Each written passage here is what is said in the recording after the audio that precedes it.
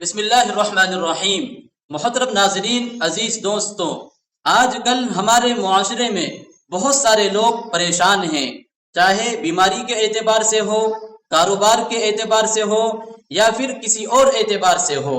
Hospitals اور دواخانوں میں لمبی لمبی لائنیں لگی ہوئی ہیں اور عاملوں کے پاس بھی بھیڑ لگی ہوئی ہے۔ گویا پریشانیوں، بیماریوں نے انسان کو چاروں طرف سے گھیرا ہوا ہے۔ آخر اس کی کیا وجہ ہے؟ آخر انسان اتنا بیمار اور اتنا پریشان کیوں رہنے لگا؟ اگر آپ اس پر غور کریں گے تو آپ کے سامنے ایک بات آئے گی، ایک وجہ آئے گی کہ آج انسان نے حضور صلی اللہ علیہ وسلم کی سنتوں کو چھوڑ دیا۔ آپ صلی اللہ علیہ وسلم کے طریقوں کے مطابق، آپ کی سنتوں کے مطابق عمل کرنا چھوڑ دیا، جس کے نتیجے میں بیماریوں، پریشانیوں میں انسان گرفتار ہے اور سرکش شیاطین، خبیث اور ناپاک جنات کے اثرات سے پریشان ہیں۔ تو ان سب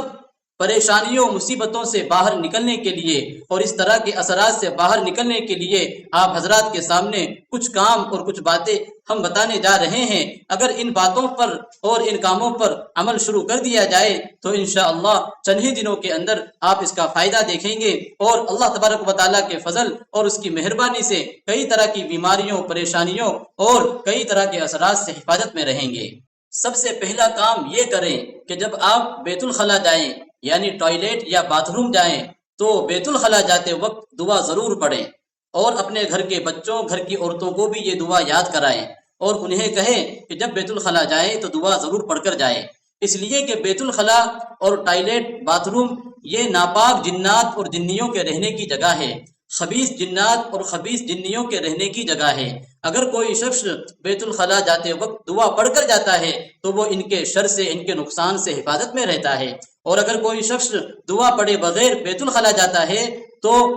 یہ لوگ اسے نقصان پہنچانے کی کوشش کرتے ہیں، وہ حفاظت میں نہیں آتا ہے، اس لیے کہ اللہ کے نبی صلی اللہ علیہ وسلم نے بیت الخلا جاتے وقت دعا پڑھنے کی تلقین فرمائی ہے، اور جو شخص بیت الخلا جاتے وقت دعا پڑھتا ہے تو وہ خبیث جنات اور ناپاک جنات کے شر سے حفاظت میں رہتا ہے، اس لیے یہ دعا پڑھنے کا اہتمام کرے،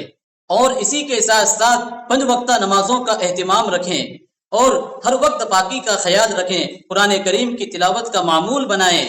صبح و شام کی جو مسنون دعائیں ہیں جو حفاظت کے لیے ہیں انہیں پڑھنے کا معمول بنائیں، صبح و شام آیت الکرسی پڑھے، یاسین شریف پڑھے اور معوذتین یعنی سورہ فلق اور سورہ ناس پڑھے۔ آپ یقین جانیے اگر کوئی شخص ان باتوں پر عمل کرنا شروع کر دے، ان چیزوں کو پڑھنا شروع کر دے تو چند ہی دنوں کے اندر وہ بڑا فائدہ دیکھے گا، کئی طرح کی بیماریوں، کئی طرح کی پریشانیوں اور کئی طرح کے اثرات سے حفاظت میں رہے گا۔ اللہ تبارک و تعالی عمل کی توفیق عطا فرمائے۔ ویڈیو کو لائک کرے اور اپنے دوستوں میں شیئر بھی کرے تاکہ ہمارا یہ پیغام ان تک بھی پہنچے۔